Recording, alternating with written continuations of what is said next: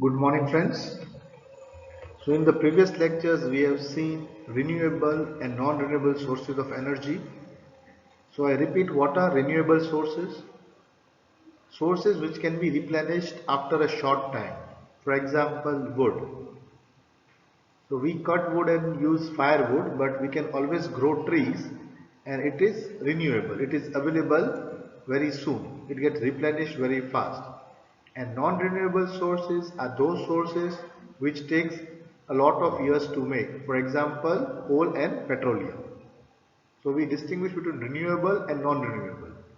We can say wind energy, hydro energy is renewable because every day there is wind, every day there is flowing water. So we can consider them renewable.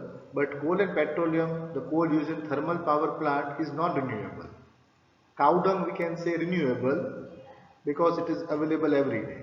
So we have renewable sources which can be replenished after a short time and non-renewable resources which cannot be replenished after a short time. Then we also saw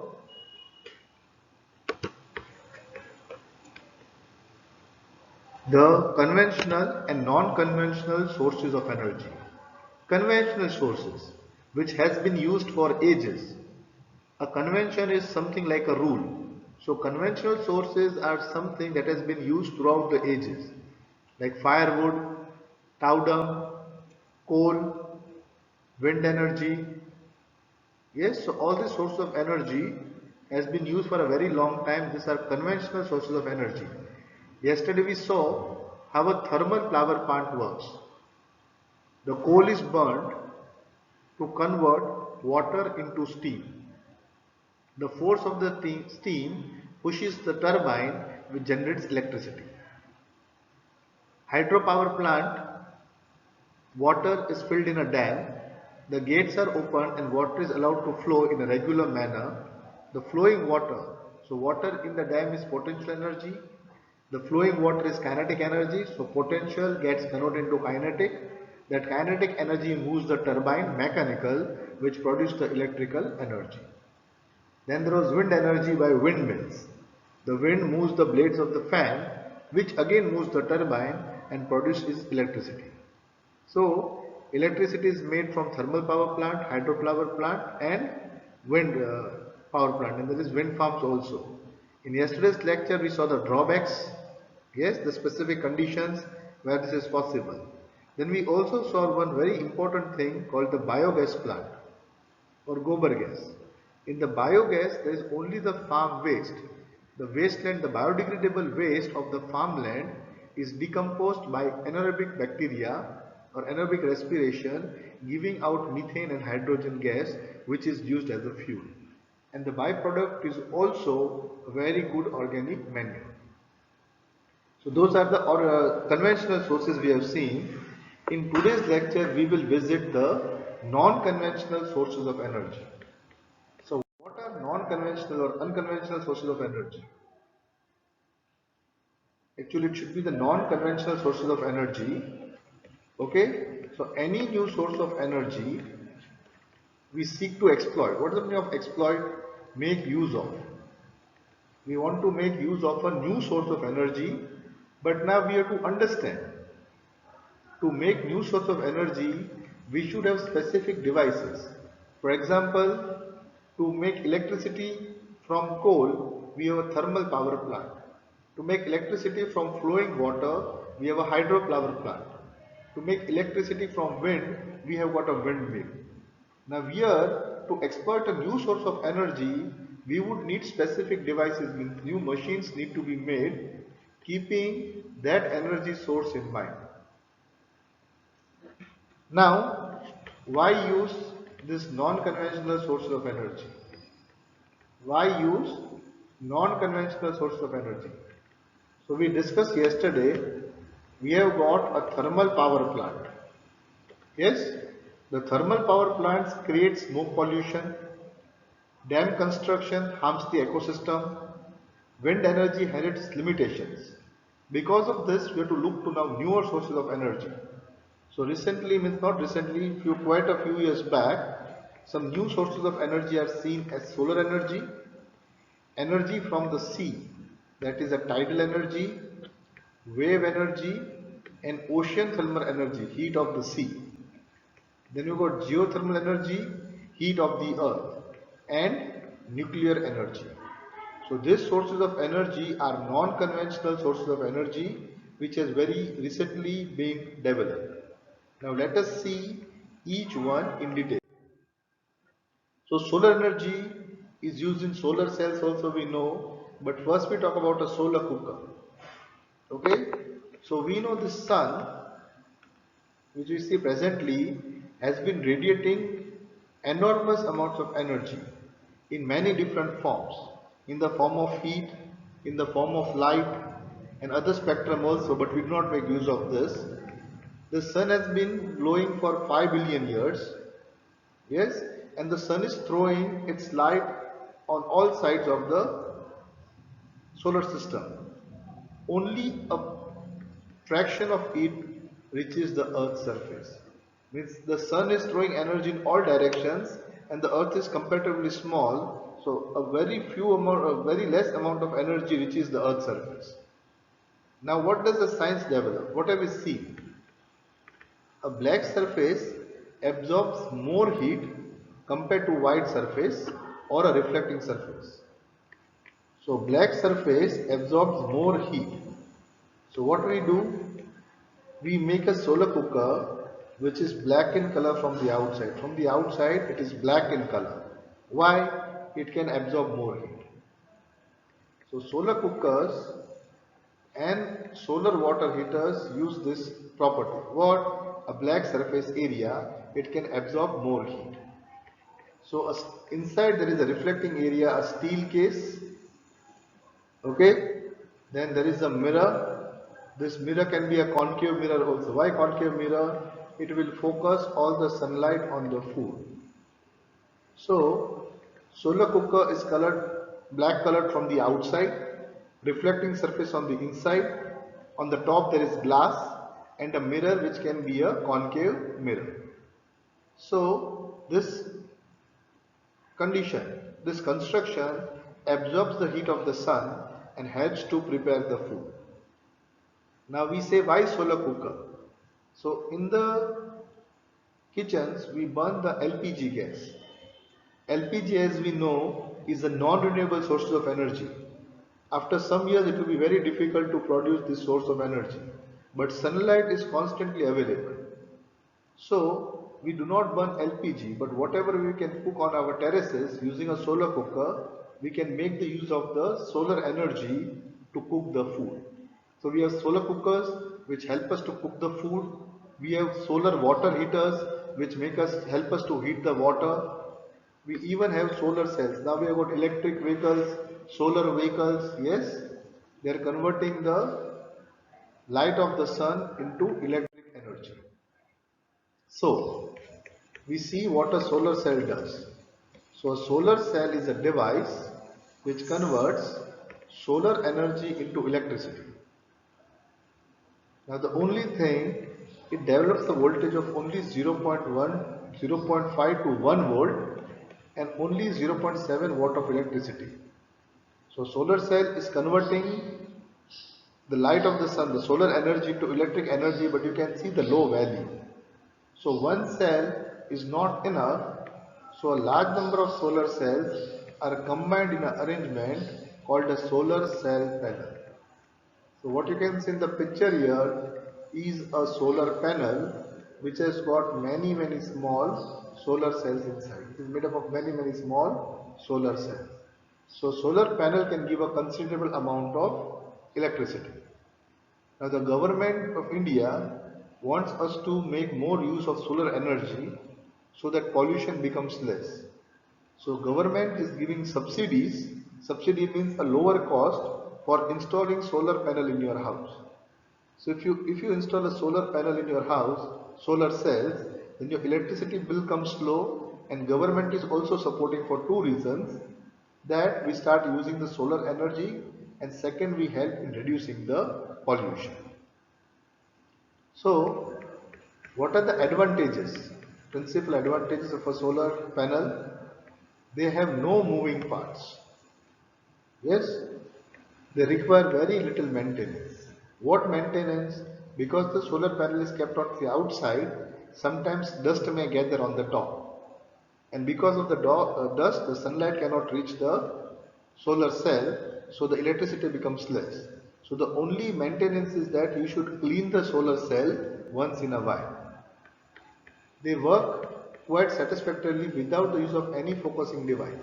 Means it just faces the sunlight to give electricity. So solar cell is just converting the solar energy into electric energy. And if you look into Bhavnagar now, many people are put the solar panels on their terraces. So it is becoming a very used concept. It is helping people to save energy, and the initial installation is little higher, but government is giving subsidy. But then for many years we can just use electricity from the solar energy, which becomes very cheap.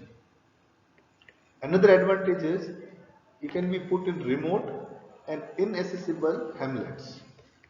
Now you can see in the previous lectures we saw electricity is generated at one place at the power station, and then it is sent through wires to different places. Solar panel needs very less wires. Why? Because you can put it almost anywhere. Wherever good sunlight is available, on the mountain side, in the valleys, wherever, on the top of the mountains also, where you cannot put wires, you can always put a solar cell. So if you have noticed, while you travel by train, on the Konkan coast, then there are many tunnels.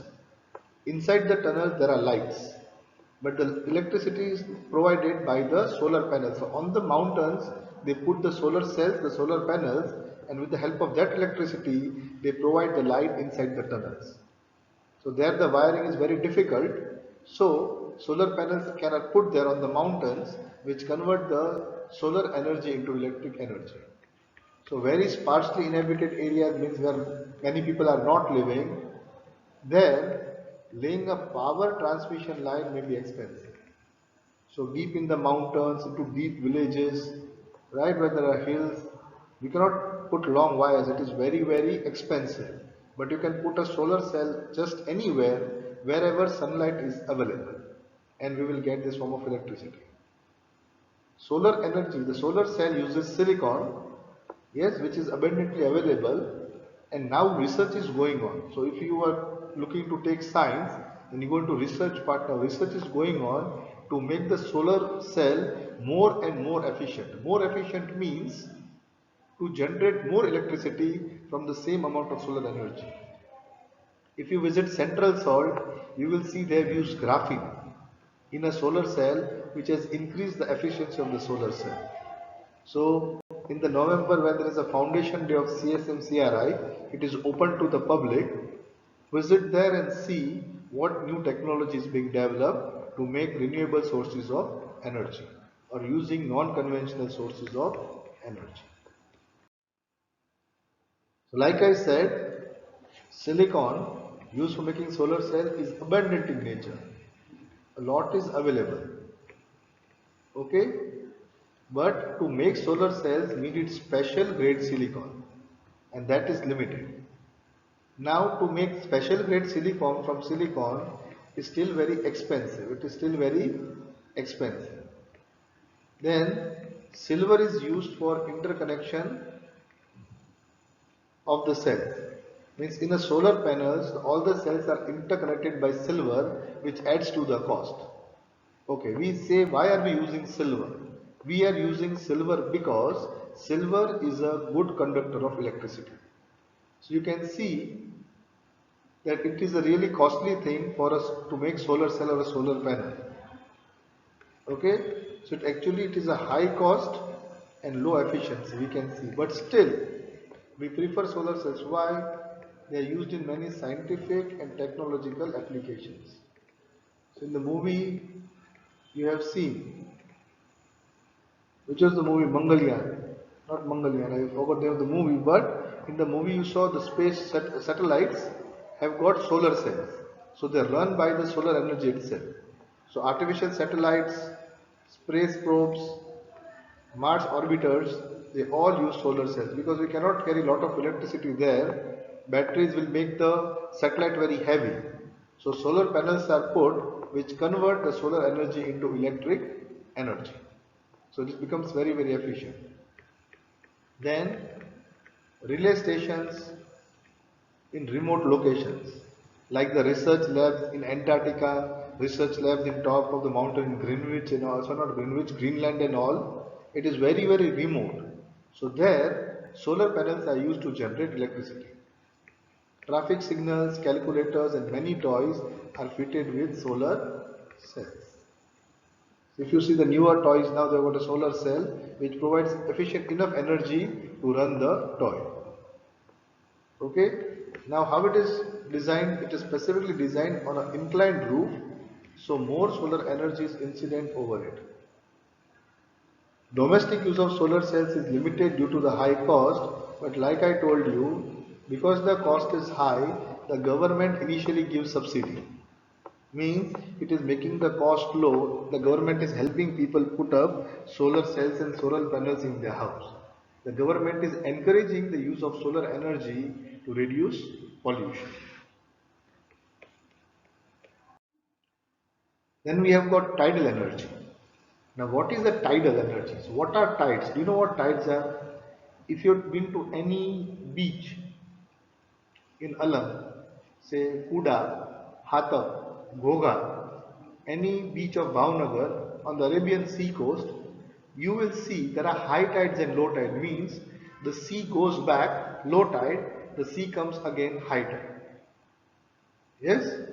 So there are tides in the sea.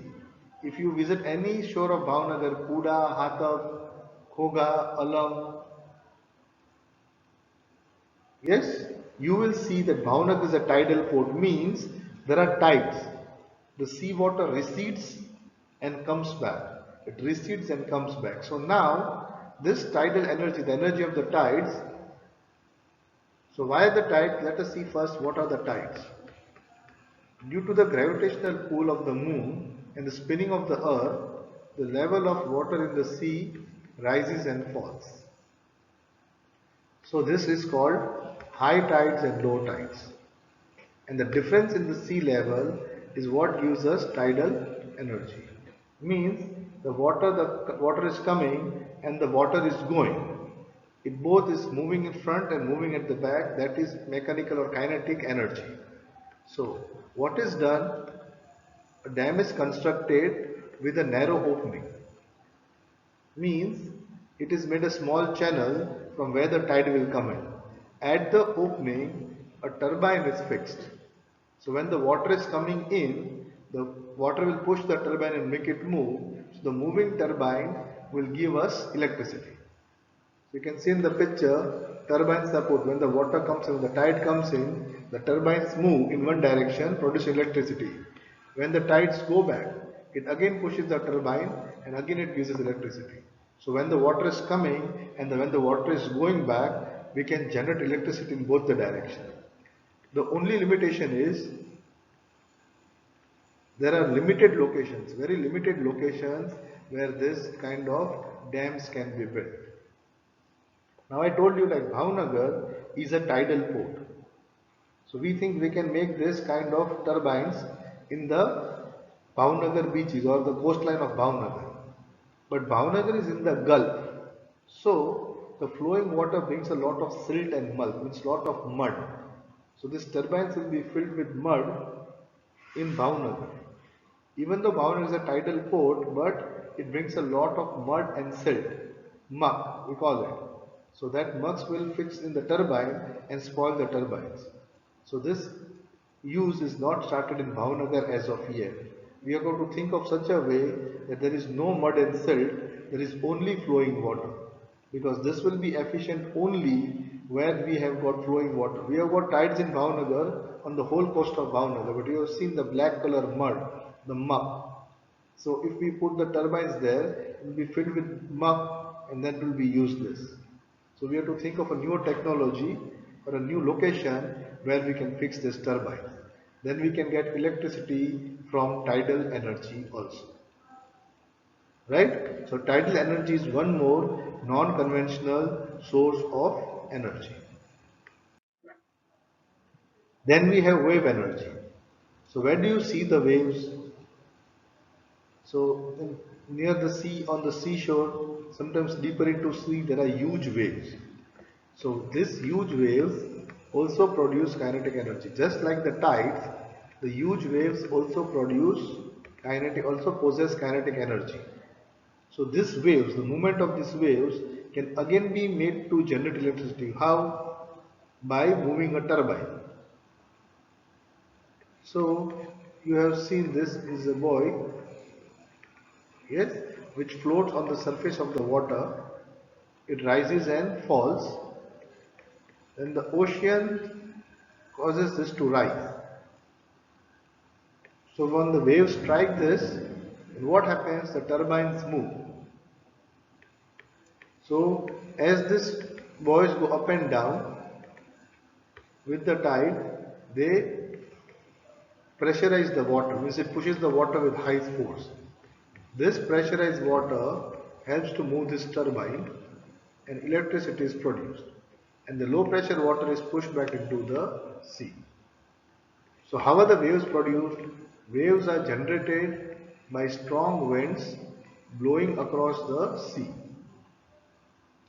Now the only limitation is wave energy can be used only where waves are very strong.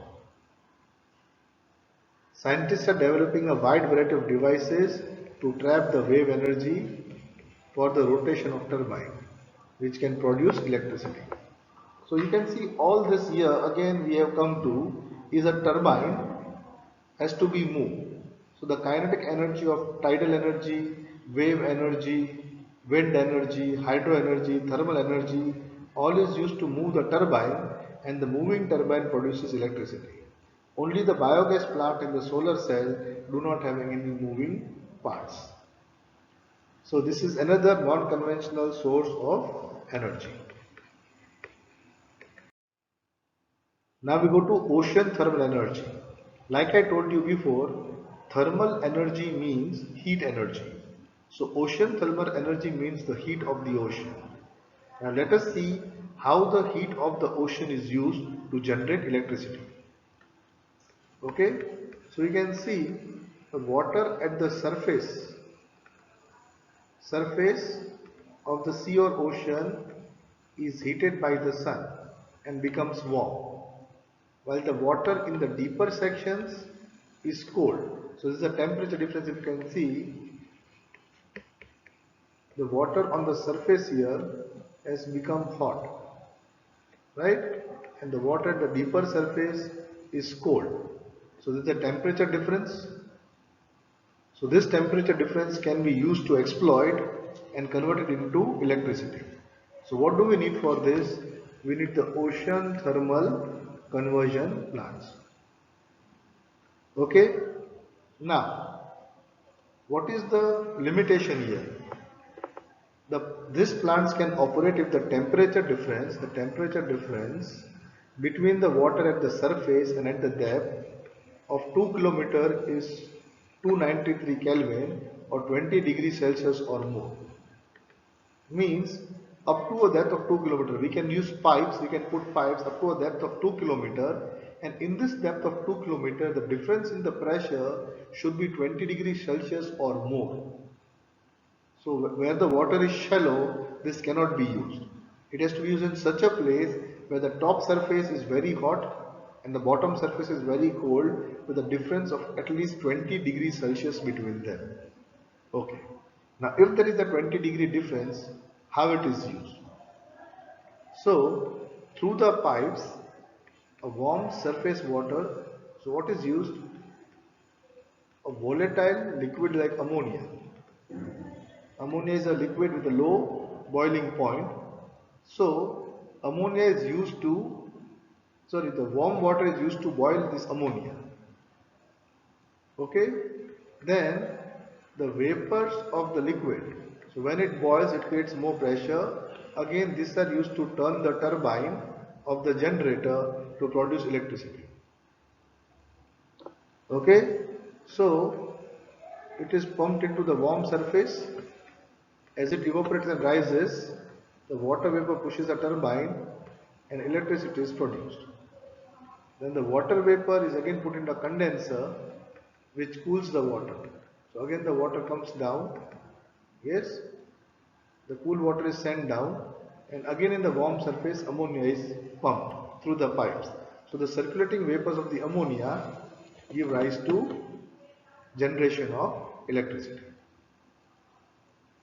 So the vapors which rise here, so the vapors are condensed by the cold water, so ammonia becomes cold, then it is sent to the hot water where it becomes warm, the vapors move the turbine, again it is condensed by the cold water. So cold water is brought to condense it, making it cool, then it is put in the hot water to evaporate it. So this is done into closed pipes, but the pressure difference is very important here. The warm water boils the ammonia, creating the water vapor which pushes the turbine. The vapors of ammonia pushes the turbine, then the ammonia is cooled again it is warm, so this circulation gives rise to electricity. So this is ocean thermal energy. Again, the pressure difference gives rise to kinetic energy of the vapors which moves the turbine, giving rise to electricity. Then we have the geothermal energy. Geothermal energy means the heat energy of the earth. Now, how is this heat energy of the earth? We know the geological changes. There are molten rocks formed in the deeper hot regions of the earth's crust. Okay? So the core of the earth, you can see the core of the earth is very hot. This core of the earth is very hot. It is molten lava and magma. Now this is pushed to the surface because of geological changes. Volcanoes, earthquake bring it to the surface. When they come up, they are trapped in certain regions called hotspots.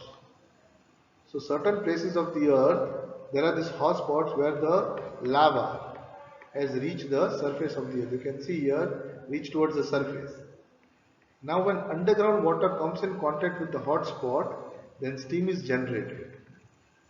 So these hot spots are very hot molten lava. So when cold water comes in contact, what happens? It turns into steam. Then this hot water finds outlets near the surface. So there are hot springs which come out. It can even give rise to a volcano. So such outlets are called hot springs, and the steam is trapped in rocks is used to generate electricity. Now you can see what is done here. Through one pipe, cold water is pushed inside. Through one pipe, cold water is pushed inside to the magma. This cold water turns into steam. So the steam rises here, helps to move the turbine and generates electricity. Then this steam is condensed and taken back to the water source, and the water is again pumped inside to the magma. Again it turns into steam. So the pressure difference makes the turbine moving and giving rise to electricity. So what is done here is the cool water is pumped. You can see this cool water is pumped into the hot rocks, converted to steam, rises up. The steam pushes the turbine, it produces electricity, the water is cooled and again pumped into it. So this circulation gives rise to electricity. We have got the parts here. This is the magma part 1. This is the reservoir where it is a hot spring, water has come to the top.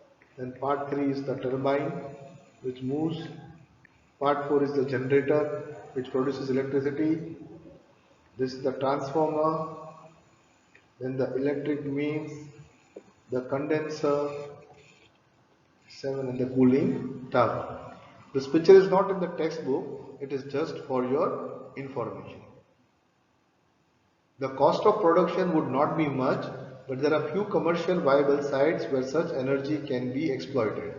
So there are very less places on the earth where the magma has come to the core and can be used to generate electricity. There are a number of power plants based on geothermal energy operational in New Zealand and United States of America. So New Zealand and United States of the US both have generated this making use of geothermal energy to generate electricity. But in New Zealand the population is not too much, that is why it is sufficient enough to help them. In India, because of the huge population, a lot of energy is needed, right? So today we have done the geothermal energy, the energy from the sea, that is the tidal energy, wave energy and ocean thermal energy, and we have also seen other non-conventional sources of energy, that is the solar energy, the solar cooker, the solar heater and the solar cell. In the next lecture we will do the last non-conventional source of energy, that is nuclear energy. So you can see what is happening here. In the lesson you must have understood that energy sources are renewable and non-renewable. We have been using the non-renewable, that is the conventional sources for many years, and now it is getting depleted. So we have to try to move to other sources of energy. We are learning it now, but in future classes, in the further classes, we will go into much detail and look into research to develop new kind of energy resources. So kindly revise this chapter till here. I'm going to end here. Thank you.